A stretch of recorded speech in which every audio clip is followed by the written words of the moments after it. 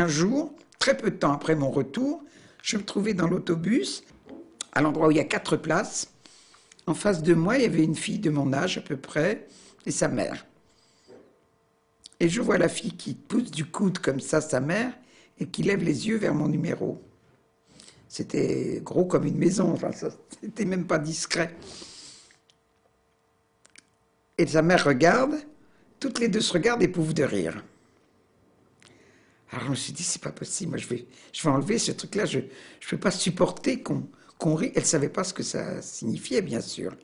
C'était pas du tout parce qu'elle savait ce que ça signifiait, c'est parce qu'elle ne savait pas. Ils se sont dit, voilà une folle qui s'est fait tatouer un numéro sur le bras. Dans le métro, on m'a posé la question. À quoi je disais, c'est mon numéro de téléphone. Les gens ont été très longtemps avant de savoir. Et vous savez quand les gens se sont mis un peu à s'intéresser à tout ça, je vais vous le dire. C'est la façon dont on a jugé le film de Spielberg, La liste de Schindler. Je vais vous dire, la liste de Schindler a fait plus que tous les livres qui ont pu paraître sur ce sujet, que toutes les explications qu'on a pu ici ou là donner en petits morceaux à des gens qui s'y intéressaient. J'ai rencontré 2 femmes qui avaient entre 40 et 50 ans et qui m'ont avoué qu'elles ne savaient rien.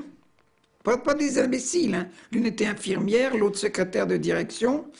Elles ont découvert ce qu'a été l'affaire qui nous concerne en voyant le film de Spielberg. Donc je trouve qu'il a fait votre-il. Et c'est à partir de là aussi que les questions se sont posées, que les demandes se sont faites.